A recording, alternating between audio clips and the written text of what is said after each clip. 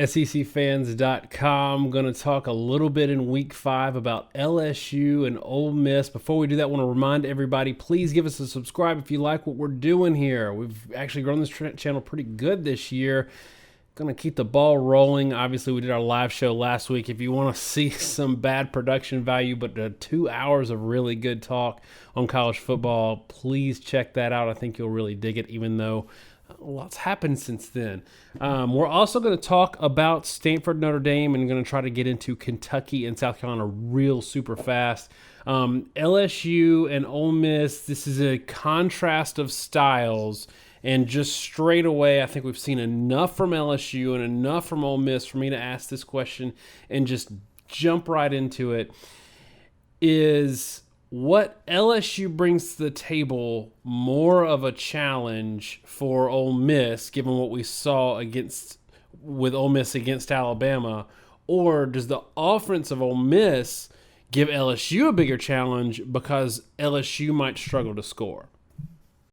So I think the proper way to look at this is the fact that Ole Miss struggles on both sides of the ball, but they're worse against the run than they are against the pass, first off.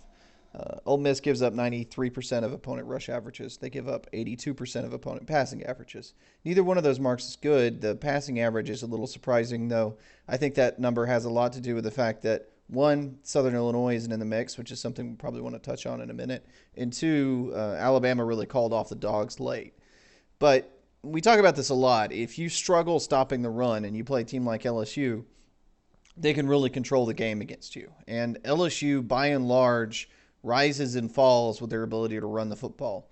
LSU run to pass is about 65% run at this point. So everything they do hinges on the run game. And that run game hasn't been super effective. It's 4.09 yards per carry in FBS competition. But definitely when they have success on the ground, they're a successful football team. I think there's something to be said for the fact that Mississippi is a quick strike offense, and Ole Miss can and will take shots down the field and can put some points up. But there's also something to be said for the fact that LSU's secondary is opportunistic, though, again, the stats don't necessarily back it up. So on its face, my obvious answer would be that Ole Miss should be at a serious disadvantage against LSU. The problem with that is the model we've run this week doesn't really support that conclusion at all. And, I think we've seen in the past when there's a team that has such a disadvantage, especially on the lines, and, in this case, LSU fans are going to be like, hey, we scored 38 last week and we beat Auburn and you said we wouldn't, and we put up 33 on Miami. The offense is still struggling, but in a lot of ways, I think if you have I think LSU actually has the second best offensive line in the SEC. They're really showing me something against Auburn. In a lot of ways, I feel like if you can run the ball behind a line of scrimmage okay against really good defenses, then a defense like Ole Miss is really just what the doctor ordered, especially for a team that's struggling a little bit completing above 50% of their passes. Is this a game, and we're about to get in the model, we're going to jump into it really pretty quick, but is this a game that LSU might come out of it with pretty boastful, high-level offensive numbers just because they can take whatever they want against the front seven, this Ole Miss defense, and we may not be able to glean much one way or the other. It's just because they're going to be able to out-physical them whenever they need to? I think that's probably the most obvious thing to take from this game and the matchups that are sort of presenting themselves in it. Again, though, sort of the caveat with both teams is the data doesn't necessarily back up some of those points. And with your permission, can I go ahead and jump into the model a little bit because I think it frames the discussion. LSU, in our model, gives up only 65% of opponent rushing averages, which is fantastic. But LSU is giving up 96% of opponent passing averages. One of the reasons for that is that our model throws out FCS games. So we're only considering Miami, Florida, Auburn, and Louisiana Tech. Auburn and Louisiana Tech do not have very good passing offenses. So even though LSU is allowing only 7 yards per attempt, their opponents, FBS opponents, only average 7.3 yards per attempt. Again, that rush statistic, 3 yards per carry, is excellent, but the passing statistic is maybe a little concerning. On the flip side, we see the opposite problem with Ole Miss. The Southern Illinois game does not get factored into our calculations. For a variety of reasons, we don't consider FCS. And what this is really highlighting is outside that Southern Illinois game, Ole Miss has actually done pretty decent in defending the pass, and it's kind of weird to say that. There's probably a lot of reasons why it's the case, but Ole Miss has been, I won't say in any means competent, but they've been a little better than most people think. I don't think most people would realize or would know that off the cuff that Ole Miss is allowing less yards per attempt against FBS competition than LSU. I mean, is that something you would have assumed to be true going into this game? No. My next question would be, who have they played, and does that matter? Well, I think, to answer your question, they've played Texas Tech and they've played Alabama. And Kent State is terrible, and I get that. But if you're looking at Miami, Auburn, and Louisiana Tech to this point in the season, I don't know that any of those are juggernauts. I think Texas Tech's offensively is probably a little better than Miami. Certainly think Alabama's passing game is better than Auburn's. We talked when we went to the Alabama Texas A&M model. It said 52-7, and we thought that was a little bit ridiculous. But we talked about how Alabama's second halves so far this year, and even against A&M, because they shut that down. They had 45 points through three quarters, and they shut it down in the fourth quarter. We said that Alabama is breaking our model for Alabama games. Is this a case that Alabama's also breaking the model one level down for teams that they've played? I think there's probably an argument that that's true. So it's tough to say because Ole Miss gave up 10.9 yards per attempt to Alabama. But I think the thing that's, to what you said, breaking the model, Alabama threw 28 pass attempts against Ole Miss, and they won 62-7. And they did that because they scored so quickly that they really didn't need to keep throwing the football. Other games they played, Texas Tech threw 56 passes. Kent State threw 43 passes. And I've talked about this on the show before. There's different ways to calculate averages, and the average that we're using now is yard per attempt allowed, cumulative over the season, right? So what's the average number for the yards per completion that opponents have had? Well, the problem is if you do cumulative yards per completion, games like Kent State or like Texas Tech, where they throw for twice as many passes as Alabama did, end up being weighted twice as heavily because Alabama scored so fast and got up so much and really was able to shut it down and run the ball and win that game quickly. They're being underrepresented in the statistic. Ideally, and the way to address this would be for me to recalculate the yards per attempt allowed on a per game basis and redo it that way. Honestly, we don't do those numbers again because that requires me to recalculate every season average for every team because no one keeps a per game average. In other words, the difference between averaging the distance gained by every completion over the course of the season is going to be different than the average if you take what was the average completion, average yards per completion for each game, calculate it for each game, add those up and tabulate it because it weights each game evenly rather than each completion evenly. And I think, to your point, Alabama is breaking the model to a certain degree because they're just not running their offense very much. You don't see Alabama's passing attack that much, or at least Ole Miss didn't. They very quickly pulled that back, started running the football, and you didn't see, even 10.9 yards per attempt sounds like it's a lot, but that's actually below Alabama's season average of 11.5 yards per attempt. Because in the second half they played Jalen Hurts and went very conservative. All right, so why don't we go ahead and look at what the score says from the model and kind of pivot off of that based on, just your initial thoughts. Don't give me your score yet, but just tell me what the model score says and kind of, let that breathe a little bit.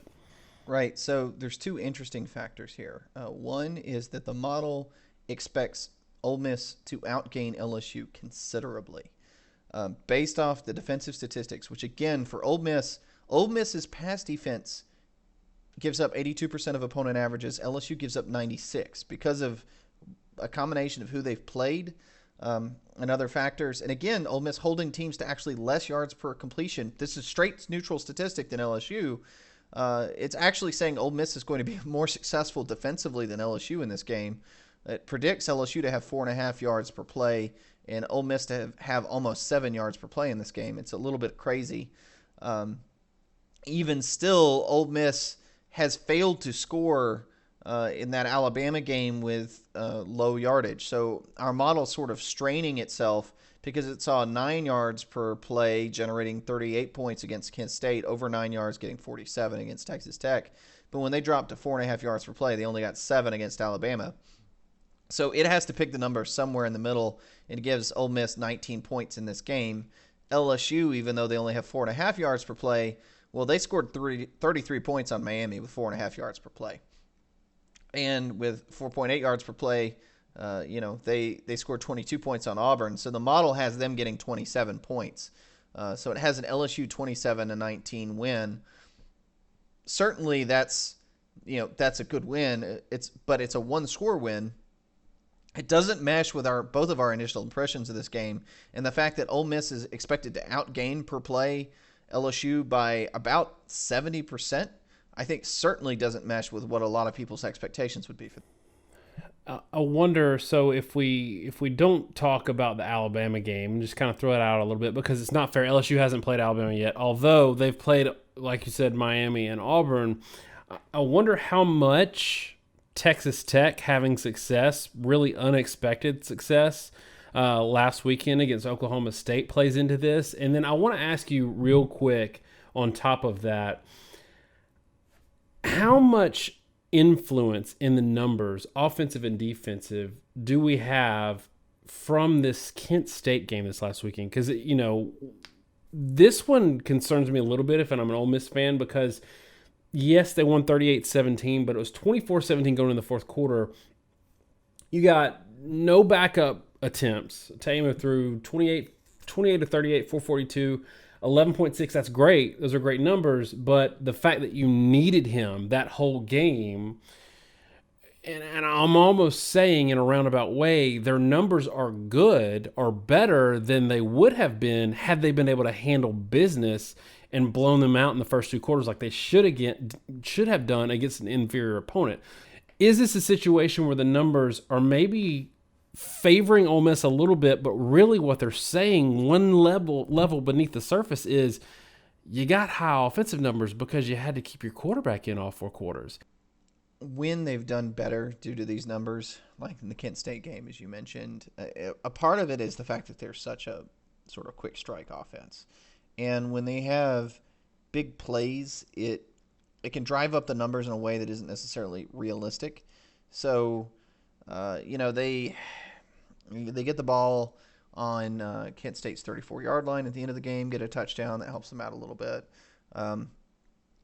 Late in the game, they were, they moved the ball pretty well, but, they have a 34-yard pass late. They had a 30-yard completion and a 40-yard completion to go up 21-10.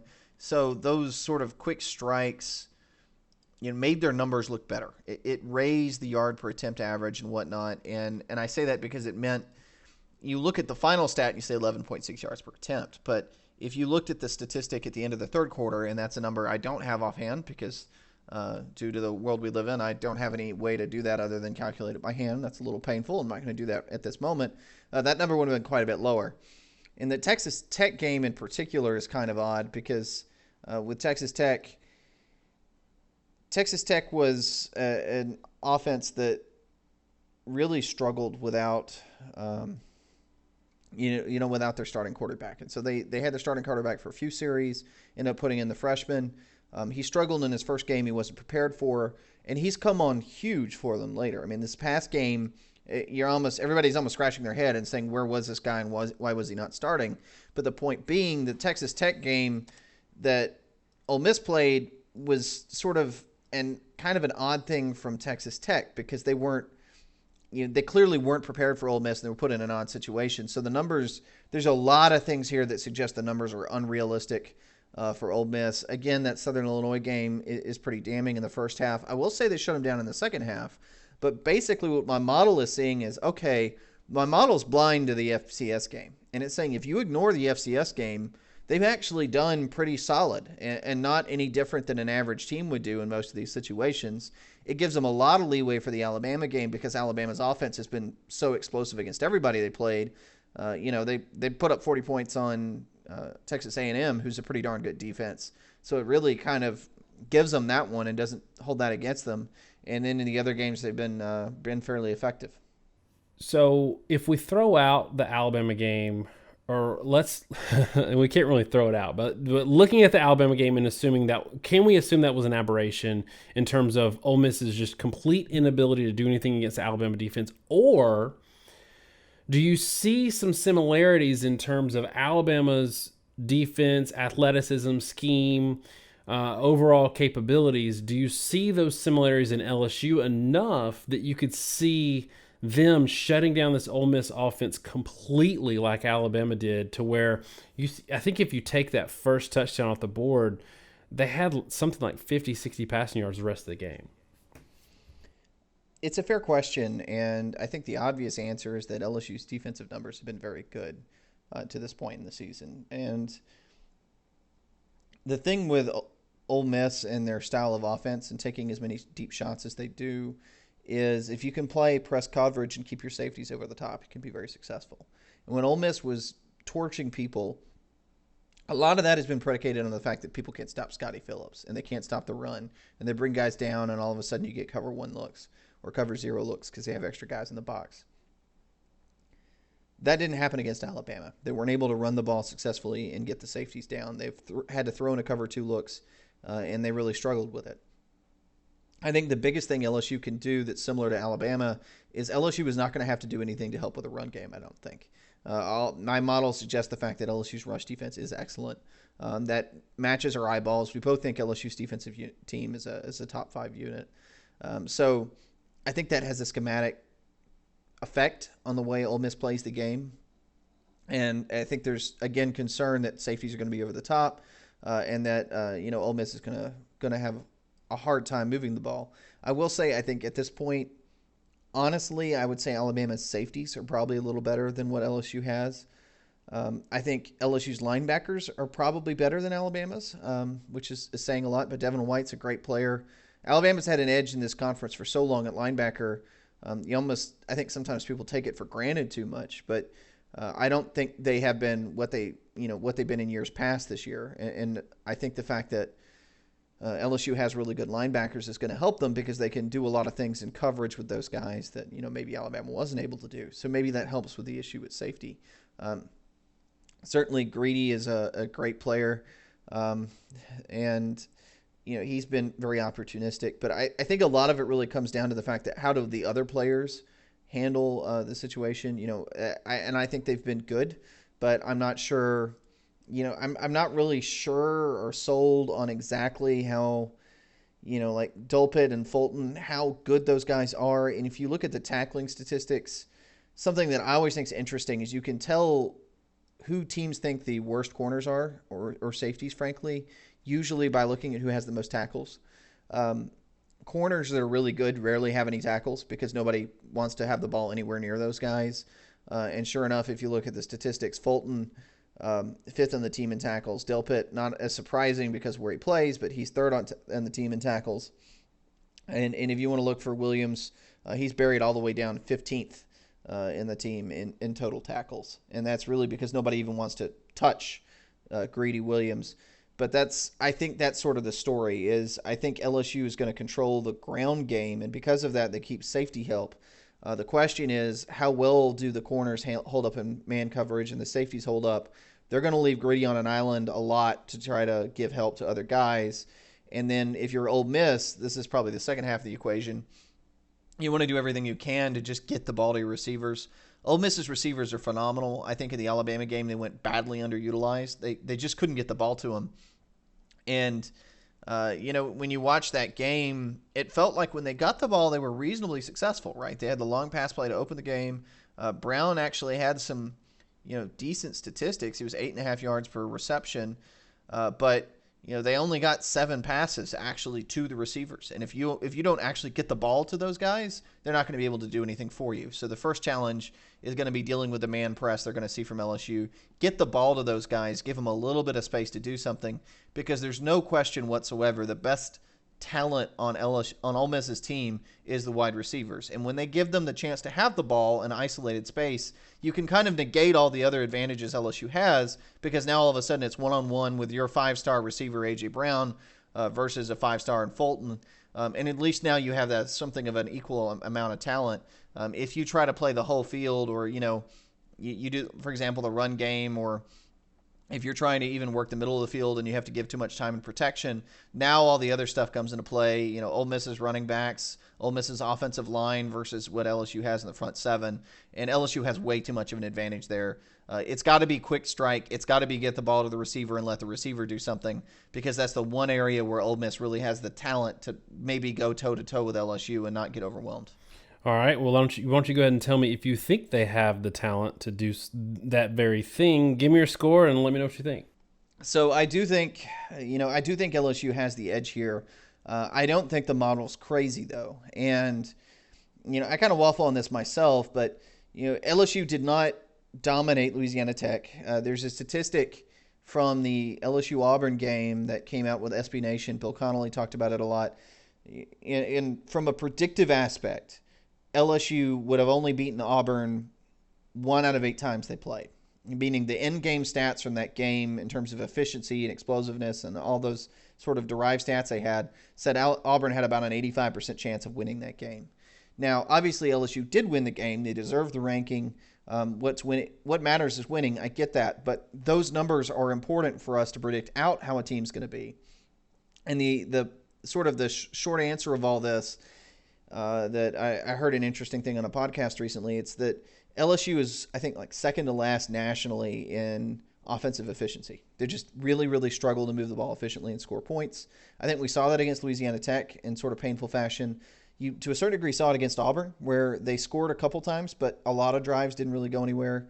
And, the Miami game is sort of a one-off aberration. So I don't think LSU is going to be able to run away with this game. I don't think their running game is quite good enough. The fact that they lost Brumfield at guard is going to make it that much more difficult to move the ball. I think Ole Miss's front seven is slow. If you can get the edge on them, you have a serious advantage. I'm curious to see if they attack that and exploit that weakness. I don't think they move very well laterally at all, and the linebackers are very poor in space.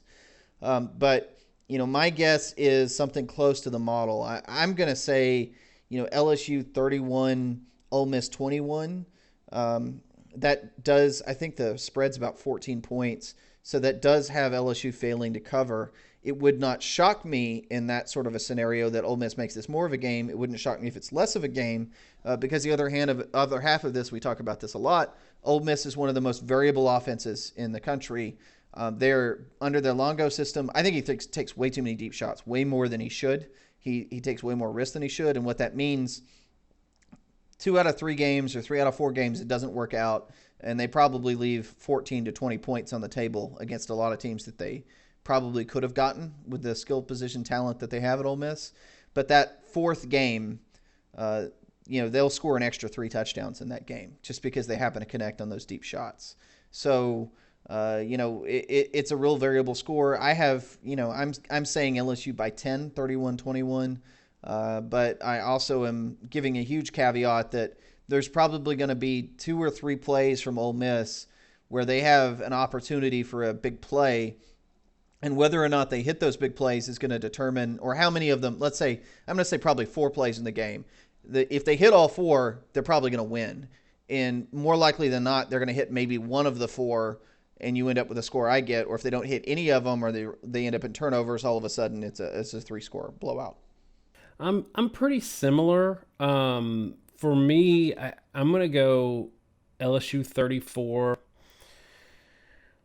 Ole Miss 20. The only thing that scares me a little bit, and the only thing that tells me that Ole Miss might be able to do something here is, I don't know if you remember in the Miami game, late in that game, because I think it was like 33-3 for a long time, and then Miami and Rozier just started bombing, just throwing, just vertical. Like every play was a 30-40 yard vertical shot, and they gave up a lot of them. They gave up a lot of 50-50 balls. Well, that's basically the Ole Miss offense, especially if they have to abandon the run early. And I think they have better wide receivers and a better quarterback, a far more accurate quarterback, to be successful in that. Unfortunately for Ole Miss, I think that's probably the only way they really get points in this game. I don't think they drive the ball consistently, but that Miami game, the end of that Miami game does give me a little bit of pause. but I'm still going with LSU in this one, and I think that Ole Miss has really done pretty well to rebound after that Alabama game. I know it's just one game in Kent State, and I know they started out kind of ugly against them, but I didn't see anything in that game, and I watched it. I didn't see anything in that game that told me that this Ole Miss team is defeated. I think if they lose another game like that, they might be, but they're still going to have something left in the tank. It's a road game, though. It's a tough draw for Ole Miss right now, especially the way LSU's defense is playing. Give me LSU in this one, and give me any other thoughts you might have on it. I think the last thing I would sort of pipe up and say about this game is Ole Miss, again, is expected to outgain LSU in our model by about 65%. And what that says is that Ole Miss takes a lot of deep shots, and it gets to your point, they're just not going to be able to move the ball consistently. So they're going to have a 40-yard completion and then punt. And then they're going to have a 30-yard and a 30-yard completion and punt. And there's going to be these big chunks of yardage that they get in the game. That's basically what our model is saying. And then they can't ever get a first down after it. And if you can't string together big plays in a consistent set, it doesn't turn it into points. It's been a problem in the past for LSU, and this model is not saying LSU is going to score a ton, but it's basically saying they're going to move the ball more consistently than Ole Miss will. If you've seen Ole Miss's defense, I don't think it's necessarily a stretch to think that. But, yeah, I mean, it just kind of is what it is. I think we've sort of seen this before in the series. It's going to be an interesting game, and it really just comes down to, can LSU dominate with the run, or can they not?